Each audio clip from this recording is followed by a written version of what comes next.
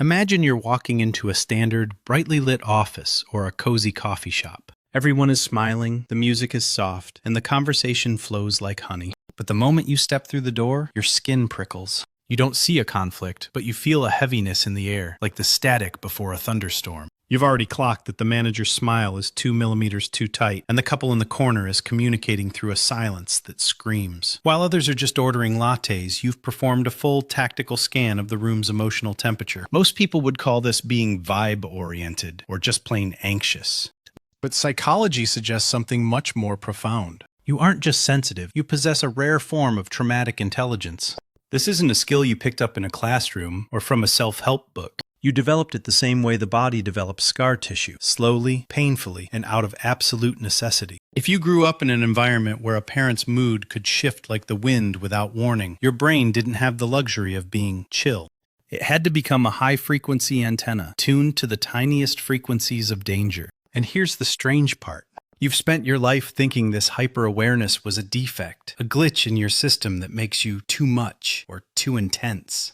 But in reality, your nervous system has become an elite processor. You see the why behind the what before anyone even opens their mouth. You are hyper-alert on the inside while appearing perfectly calm on the outside, a paradox that allows you to navigate chaos with a precision others can't even fathom. But there's a deeper reason why your brain refuses to switch this radar off, even when you're safe. Have you ever walked away from a, quote, perfect first date or a lucrative job interview feeling a knot in your stomach you couldn't explain? On paper, everything was flawless. The words were right, the promises were grand. Yet your body was screaming no before your brain could even find a reason to doubt. You felt the shift, the subtle cooling of a friendship, or the inevitable end of a relationship weeks, maybe months, before the actual conversation took place. When you tried to explain this to others, you sounded irrational. I just have a feeling, you'd say. But here is where things get interesting. Traumatic intelligence operates on a frequency that bypasses the logical, verbal part of your brain entirely.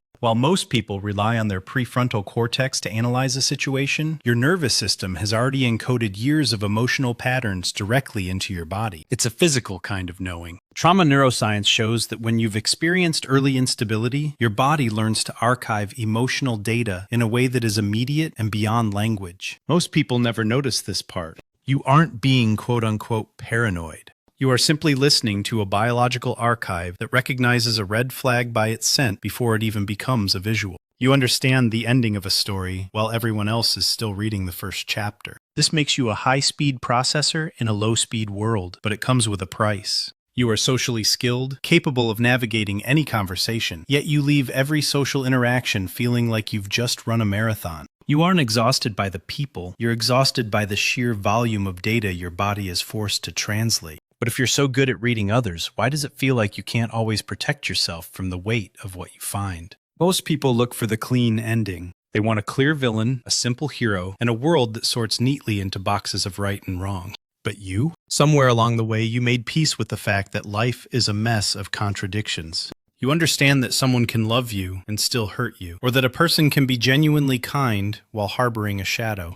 This is the third sign of traumatic intelligence, an unusually high tolerance for moral ambiguity. You've become an emotional architect, capable of holding two opposing truths at once without breaking. While others are confused by complexity, you thrive in it because you had to. Growing up in an environment where the person who was supposed to protect you was also the person who scared you forces a kind of cognitive sophistication that, quote, stable environments simply don't produce. But here's the deeper reason for this. You aren't being cynical or apathetic. You are simply more resilient to uncertainty. You've become what philosopher Nassim Taleb calls anti-fragile, a system that actually gets stronger and more observant when things get messy. You are the one people turn to when a crisis is too complex for a simple answer. You are the pattern seeker. You can bridge the gap between people who hate each other because you can see the valid pain on both sides. It's a superpower that makes you a natural diplomat, yet it leaves you feeling like a ghost, a person who understands everyone but is rarely understood by anyone. You are independent in your thinking, yet deeply, almost painfully empathetic toward the very people who confuse you. But there is a catch. This same ability to see every side of the prism can lead to a state of over-analysis, where you start to question if your empathy is actually a shield you're using to stay safe. Have you ever sat across from someone who was perfectly composed, yet you felt your own chest tighten with an anxiety that didn't belong to you? Or perhaps you've seen a stranger's fleeting expression of grief on a screen and felt it land in your body like a physical weight. This is more than just being kind. It is a psychological phenomenon called emotional contagion, the unconscious mirroring of others' emotional states. While most people experience this in small doses, those with a history of traumatic intelligence experience it at a much higher intensity. Your nervous system doesn't just read the room, it absorbs it. You are an emotional radar, but that radar often lacks a filter. The same hyper-attunement that makes you exceptional at predicting someone's needs also means you often can't figure out where your feelings end and theirs begin. And this is where things get interesting. This extreme empathy isn't a soft trait, it's a survival-based detection system. You learn to absorb the emotions of those around you because, once upon a time, knowing how someone else felt was the only way to stay safe. But here is the paradox. You are a strong protector for everyone else, yet your own soul feels fragile because you're carrying weight that was never yours to hold. Have you ever felt so overwhelmed by someone else's mood that you had to leave the room just to find yourself again? Most people never notice this part, but there is a hidden risk. Sometimes, your pattern recognition misfires. Because you are so used to scanning for trouble, you might read a threat in a neutral situation or interpret a harmless silence as a sign of hidden conflict. The constant scanning is genuinely exhausting. It's not a flaw in your character, it's the price of a high-performance engine running in a world that doesn't always need that much speed. But if you're so good at detecting the storm in others, why do you sometimes create one just as things are finally getting calm? This is the part that's most uncomfortable to say out loud. You've spent your life working towards stability, a healthy relationship, a career peak, or just a quiet afternoon where nothing is wrong.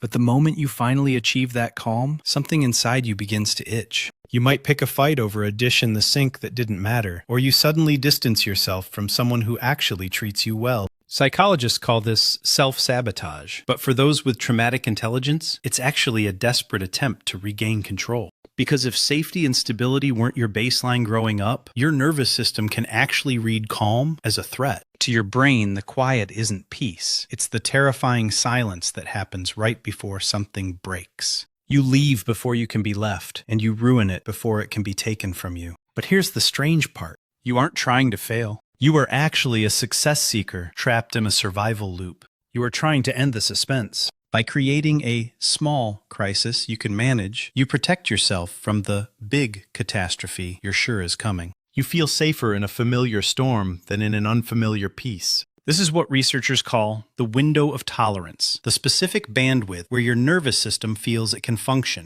When life gets too good, you tip outside that window, and your brain tries to drag you back down to the chaotic ground it knows how to walk on. Most people never notice this part, but recognizing this isn't admitting a flaw. It's realizing that your sabotage is actually a learned response shaped by past conditions, not a fixed part of who you are. But even if you understand the why, there is still a voice in your head that won't stop asking questions. You likely narrate your internal experience with a level of analysis most people reserve for complex work problems. You don't just feel an emotion, you dissect it, trace its roots, and question its validity. Why did they say it like that? Why does this specific situation feel so familiar?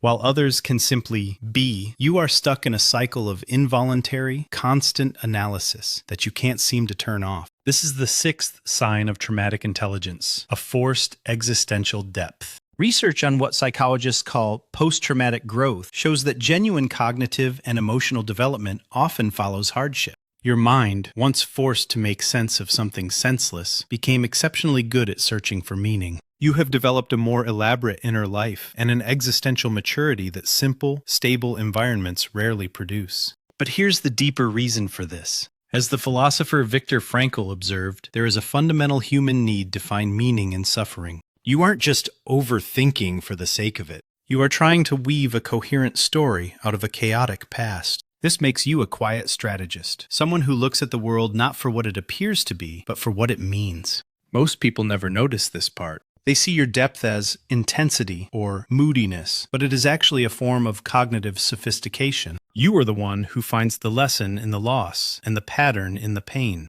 The searching has changed you. It has given you a weight and a wisdom that makes small talk feel like a waste of breath.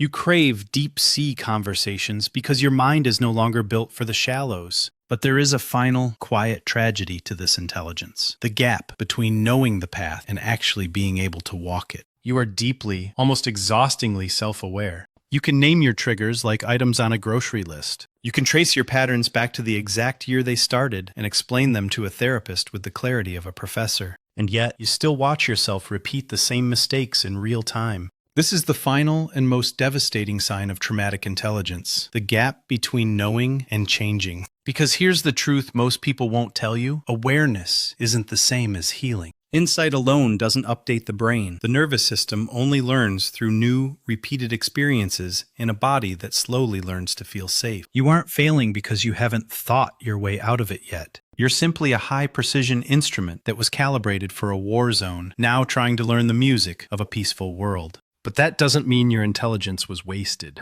Maybe you weren't too much or broken. Maybe you were just protecting something deeper. Like the Japanese art of kintsugi, where broken pottery is repaired with gold, your scars haven't made you weaker. They've made you a rare, refined version of human that most of the world isn't even equipped to see yet. You've been doing something incredibly hard for a long time, with very few people who understood. But maybe, right now, that starts to change. You are no longer just a victim of your past. You are the architect of a new kind of strength. Your story isn't a tragedy of what was lost. It's a masterpiece of what survived.